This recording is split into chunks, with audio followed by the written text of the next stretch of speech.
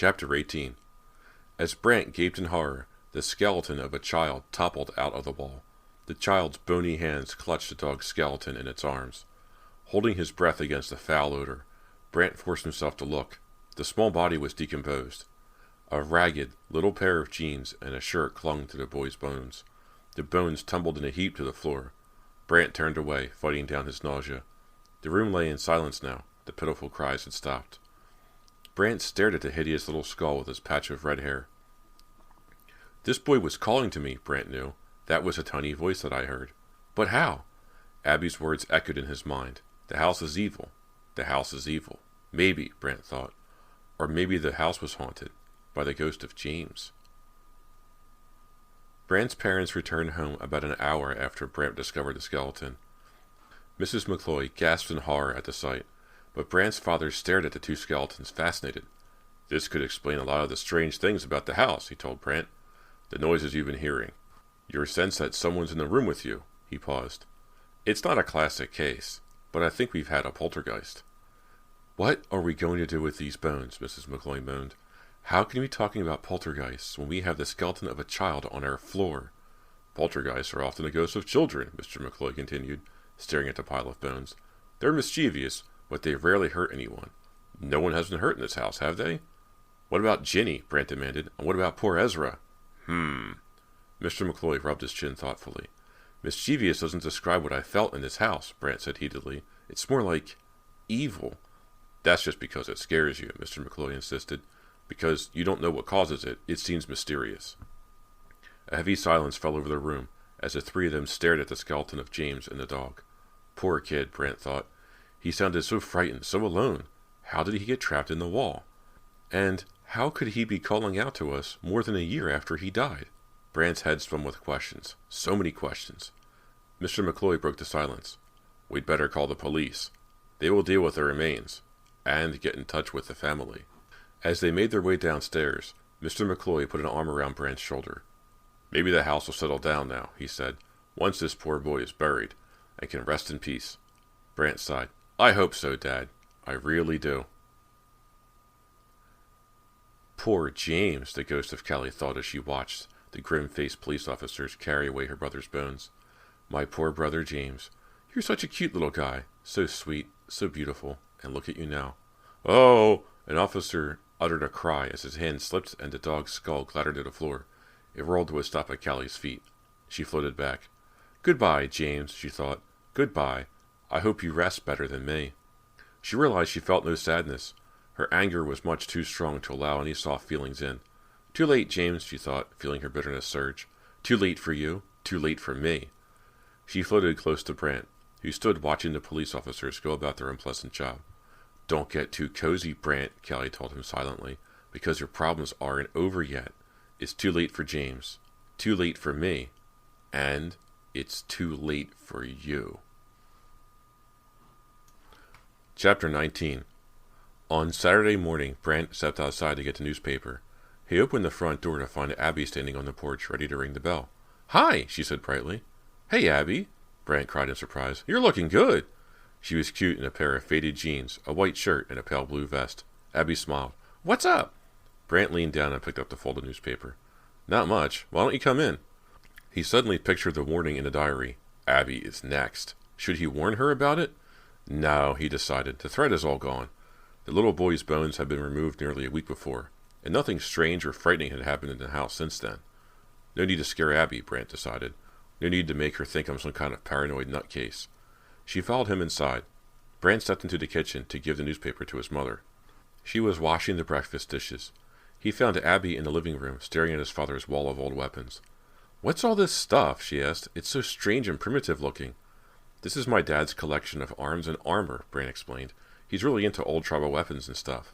How did he get it all? Abby asked. She stared at the thin, feathered darts in fascination. Did he buy them? No. We lived on a remote island in the Pacific for a couple of years, Brant told her. The people there were into weird stuff. They had all kinds of bizarre costumes and ceremonies. Like what? Abby asked. Brant paused, remembering. Well, they used a lot of weird herbs to mix love potions and things like that. They believed in spirits and ghosts. Wow, Abby said. It must have been cool to live there. It was interesting, Brant admitted. But it was difficult, too. They thought differently from us, like they believed every animal and person has two spirits, not just one. You mean like split personalities? No, Brant explained. One spirit is your personality. It's what makes you different from other people.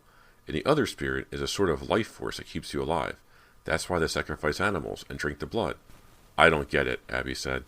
They think the blood contains the animal's life force, and if they drink it, their own life force would get stronger. And what happens to the other spirit, the personality spirit? Abby asked. That becomes your ghost. Your personality spirit can haunt people if it wants to. Abby stared at the wall thoughtfully. Did you ever see a ghost while you were there? She asked. No, Brent replied. No, I never did. Abby stepped closer to the wall, examining a spear. Brent heard the telephone ring in the kitchen. A moment later, his mother called. Brent! Phone! I'll be right back, he told Abby. He hurried into the kitchen. His mother handed him the phone and stepped away, wiping down a counter. Hello? Hi, Brent, it's Ginny. Brent couldn't hide his surprise. Ginny, hi, he exclaimed. I haven't talked to you all week. I thought maybe... Brant didn't get a chance to finish his sentence. A loud, clattering crash from the living room interrupted him. He dropped the phone receiver when he heard a chilling scream. Abby's scream. Chapter 20. Abby's screams rose shrilly. Brant cried out in surprise and raced out of the kitchen. Abby? He found her on the floor, pinned under the heavy suit of armor. Help me! Abby cried. I can't move. Oh my goodness, Mrs. McCloy cried, right behind Brant. How did this happen? Brant struggled to lift the metal suit off Abby. It won't budge, she stammered. Abby moaned and tried to move one of her arms. Hurry, she pleaded. I can't breathe. It's so heavy. Brant struggled to lift the armor. His mother stepped to the other side and bent to help. They managed to move it just enough for Abby to wriggle out from under it. Are you all right? Brant asked. Does anything feel broken? Abby remained seated on the floor, her expression dazed. She rubbed her arm. It just flew off the wall, she murmured. I was looking at it, and it flew off the wall. It didn't just fall, Brant. It flew. It was hanging very securely, Mrs. McCloy said, puzzled. I know we checked the hooks 3 times. Nothing like this has happened before. Brant helped Abby to her feet. He led her to the couch. Mrs. McCloy hurried to the kitchen to get her a glass of water. Brant sat down beside Abby. I don't know how to tell you this, he began, but someone knew that you would have an accident. Someone predicted it. Huh? Abby sat up straight. Who? Who predicted it? I don't know, Brant replied uneasily. One of the twins who used to live here, her name was Callie, kept a diary. I found it in the attic, but sometimes when I look at it, he hesitated. What? Abby asked. Go on, Brant. There are new entries, Brant told her. I know it sounds crazy, but someone is still writing in it, and the last entry predicted that you would get hurt. I told you this house was evil, Abby exclaimed, close to tears. Brant put his arms around her, trying to calm her. It could have been an accident, he said in a soothing voice, though he didn't believe it himself. Or just a coincidence. It wasn't, Abby declared. I know it wasn't. Anyway, you're okay, Brant said. You weren't really hurt, right? Abby sniffed. I guess not. But someone will get hurt here, Brant. The stories about this house must be true. Brant held his arms around her, but said nothing. It could have been an accident, he told himself again. James is buried. The ghost is gone. The house is no longer haunted. Right? Brant sat up as the bell rang, ending school. He rubbed his eyes, then slowly followed the other kids out of the classroom. Well, I made it through another day, he thought, but if I don't get some sleep soon, I'll start dozing off in class. He had spent another sleepless night. The footsteps in the attic had returned. He lay staring up at the ceiling, gripping the blankets tightly, listening all night. With a weary sigh, he stood at his locker, daydreaming. He heard a basketball being bounced on the hard floor. McCloy, I want to talk to you. Brant raised his eyes to discover John Burks beside him. Listen, John, Brant said. I don't have much time. John tucked the basketball under one arm and placed his other arm on Brant's shoulder. What's up, man? He asked, grinning at Brant. Not much, Brant replied, edging away. I've got to get going, John. Glancing down the hall, Brant noticed that all the other kids had left. How's the bad shoulder? John asked, ignoring Brant's impatience. He slapped his shoulder. How's that feel? Not too bad? His grin remained frozen on his face. See you later, Brant uttered. He turned and headed away, but John caught up with him. Hey, what's up with you and Ginny? Brant stopped short. Why don't you ask her? He snapped. John's face turned bright red. He leaned menacingly toward Brant. Don't mess with me, he muttered. He bumped Brant's shoulder hard. Brant knew he should back away, but he could never take the easy way out. Watch out for those fouls, John, he said sharply. John's face turned even redder. "Ginny and you. It isn't going to happen," he said softly. He bounced the ball against the wall, just missing Brant's head. Then he bounced it again. "You've got to remember one thing," he told Brant, his grin returning. "You bruise real easily." Brant didn't reply. His eyes were staring over John's shoulder. He saw something in the empty hall. A dark shape. A shadow. It hovered behind John. John seemed unaware of the presence behind him, but Brant saw it. He gaped at it in terror.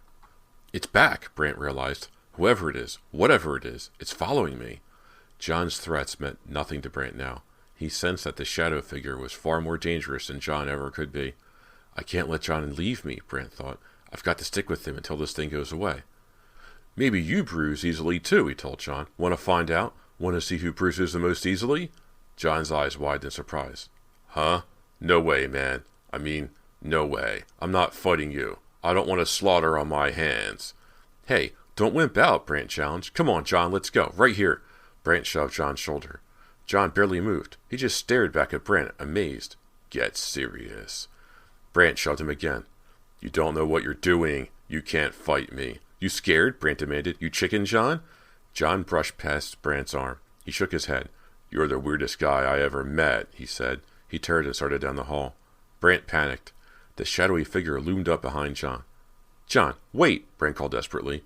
"You're going to basketball practice." John kept walking. He didn't reply. Brant glanced at the dark shadow moving closer and hurried to catch up to John. "I think I'll come along and watch," he said. "How's the team surviving without me?" John stared at him as if he were insane.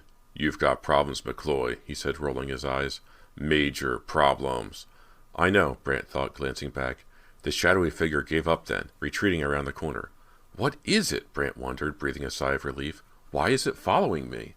How long will I be able to avoid it?" Chapter 21. The diary. The diary has the answers, Brant thought. He had stuck close to John all the way to the gym, afraid the shadowy figure would be waiting outside the school. But it wasn't. It had vanished. Brant had run all the way home. "I've got to do something," Brant told himself, slamming the door behind him and locking it. "I've got to do something, before it gets me, before it tries to hurt Abby again." He shut himself up in his room. He furiously read through Callie's diary, searching for clues, for hints, for anything that could help explain the dark ghost to him. "Callie seemed so nice in the beginning," he thought sadly as he paged through the diary. "Funny, fun to be with. I would have liked her. I know I would have. But what happened to her? Is she really dead? Is she the ghost haunting this house? Is she the one writing the new entries and hurting my friends? Is Callie the dark shadow that has been following me?" Questions. Nothing but questions. No answers. Brant shut the diary and carried it across the hall to his father's study. Bookshelves lined the study walls, but half of them stood empty. Unopened cartons were piled on the floor. Brant scanned the bookshelves, looking for a title that might help him. He saw dusty, ancient volumes written in languages he didn't recognize. Mr. McCloy collected antique books on spells and strange rites. "No good, no good, no good," Brant murmured, reading the spines of the books. "If only I could read Latin." He gave up on the books on the shelves and ripped open a carton. He pulled out books called Reincarnation in Ancient Rome, The Occult in San Francisco, and Poisons, Potions, and the Sumerian Gods. Shaking his head, he stacked them on the floor. At last he found a book that interested him, The Nature of Evil. He scanned its pages, searching for anything that might answer his questions. "Evil never dies," the author wrote. "Those who do its work can be conquered. But evil itself never goes away. It only seeks a new vessel. Anyone can become a victim of evil. Even the kindest heart, the gentlest soul, is at its mercy." That's what happened to Callie Frazier, Brant thought. Something evil got her and changed her. Something in his house. He thought of the attic, the creaking, the footsteps. The attic had things the Fraziers had left behind in their hurry to leave. Maybe they left a clue, he thought. A clue about what happened to Callie. About how I can keep the same thing from happening to me. Clutching a diary, he hurried to the attic. He switched on the light. The bare bulb cast harsh shadows around the room. Brant frantically began digging through the Fraziers' dusty boxes. He found children's books, a teddy bear with one eye missing, old clothes. Then he came across a photograph in a wooden frame. He picked it up in a trembling hand. The glass was cracked, the picture slightly faded. It showed two blonde girls about 12 or 13 standing together in front of an apartment building. The girls were smiling and had their arms wrapped around each other. A little red-haired boy stood in front of them, grinning. One of his teeth was missing. Sisters, twin sisters, and their younger brother. A picture of Callie, Cody, and James. It was taken before they moved here, Brant figured. They seemed so happy. Before all the trouble. Before their family was ripped apart. Before James and Callie died. He dropped the photo back into the box. It won't happen to me, he vowed silently. It won't happen to Abby or Ginny or Meg. I won't let it. A noise cut through the silence. Brant tensed. What was that? It sounded like a giggle. Brant strained to hear. Laughter. Soft laughter. A girl's laughter. Where was it coming from? Downstairs? He hurried down the attic stairs and stood in the second-floor hallway. The laughter grew louder. He spun around. It seemed to surround him. Hey! He cried. Who's there? Where are you? Such cold laughter. So joyless. Scornful laughter. Louder and shrill. Screeching. Harsh and unpleasant laughter. Evil laughter. Where are you? Who is here? He cried. Covering his ears with his hands, he ran from room to room, frantically searching for the laughing girl. Stop it! Stop! He shouted. Covering his ears didn't help. The cruel laughter rang out as if inside his head. Louder and louder. The laughter of a girl gone mad. Trying to escape the frightening sound, Brant lunged into his room and slammed the door. The harsh, grating laughter followed him, swirled around him. Louder. Louder. Stop it! Please! I can't stand it! He couldn't hear his own cries over the roar of laughter. He turned on the radio. The sound of a heavy metal group blared out. He cranked the volume all the way up, but the laughter pounded in his ears, louder than the loudest music. Stop! Stop! Louder and louder it echoed and rang, until Brant's entire body throbbed with pain. My head is going to split open, Brant realized. The laughter! It's going to kill me! Chapter 22. Brant threw open his bedroom door and ran out into the hall. The laughter and thudding music followed him as he scrambled down the stairs. Got to get away. Got to get out.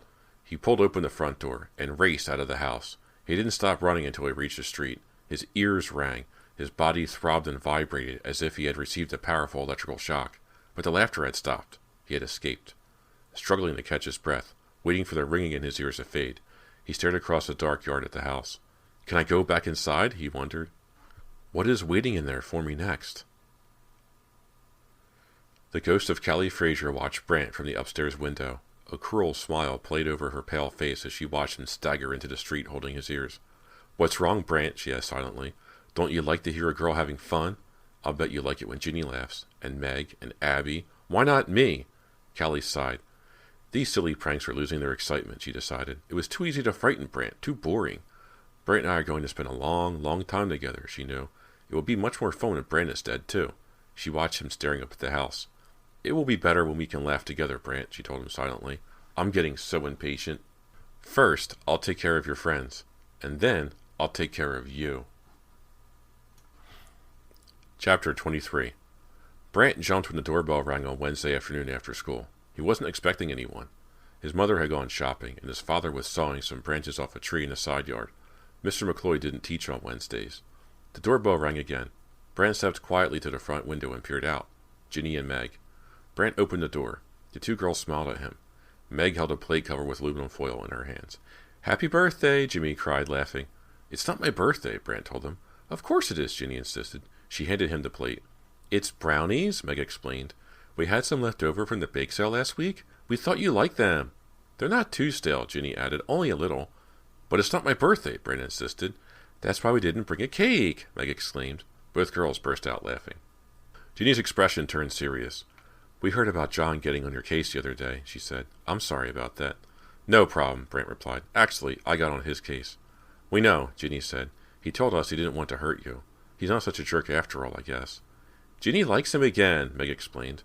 Shut up, Ginny shot back, shoving Meg off the porch. Come on in, Brant urged. You can have a stale brownie. The girls exchanged glances. Brant caught the fear in their eyes. Hey, you're not scared, are you? Brant teased. Ginny held up her hands. The wrists had tiny scars. I haven't recovered from the last time I was here, she exclaimed. Come on, Ginny, Meg prompted. Just a couple of minutes. Really, what could happen? Okay, Ginny replied tensely. I kind of decided. That is, my mother convinced me. You know, that thing with the glass. It must have been an accident, right? I mean, what else could have happened? Brant stepped aside to let the girls in. We'll all be real careful this time, he said. He nearly dropped a plate of brownies, and they all laughed. He led them into the living room. The McCloys had unpacked more of the cartons, and the room looked a little more lived in. Brant set the plate on the coffee table and pulled off the tin foil. Outside the window, he could hear his father sawing at a branch. Help yourselves to the brownies, he offered. We don't want them, Meg said.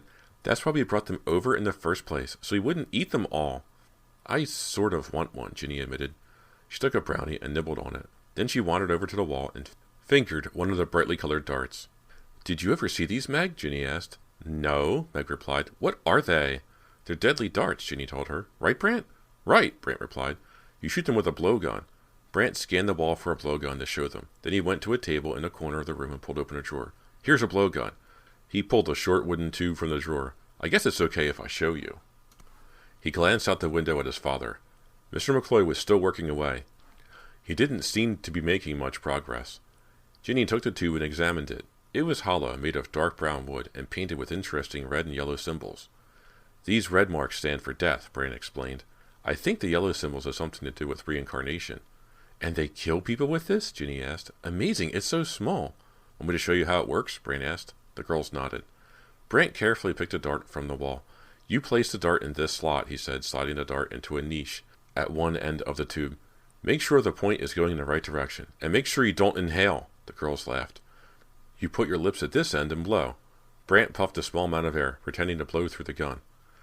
You must have to blow hard to get the dart to go far enough, Meg said. The island people knew some kind of trick for that, Brant explained. They can just give a little puff and the dart flies out hundreds of feet. It's amazing. Brant, Mr. McCloy called from outside. Brant hurried to the window.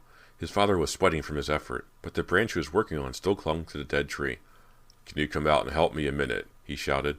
Brant nodded at him and turned back to the girls. I'll be right back, he said. I hope we don't eat all the brownies while you're gone, Ginny said, picking up a second one.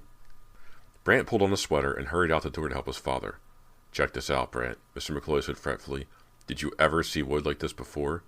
Brant examined the cut his father had made in the branch. The wood wasn't gray-brown, as dead wood should be, but dark red, like blood. What kind of tree is this? Brant asked. I have no idea, his father admitted. If I had to make up a name for it, I'd call it a bloodwood tree. It's the toughest wood I've ever tried to cut. I wonder how it will burn. Brant took the saw from his father and pulled it across the branch a few times. He managed to cut the branch halfway through. We're getting there, his father said. He took back the saw and worked some more, groaning with every movement. Finally, the branch cracked and fell to the ground.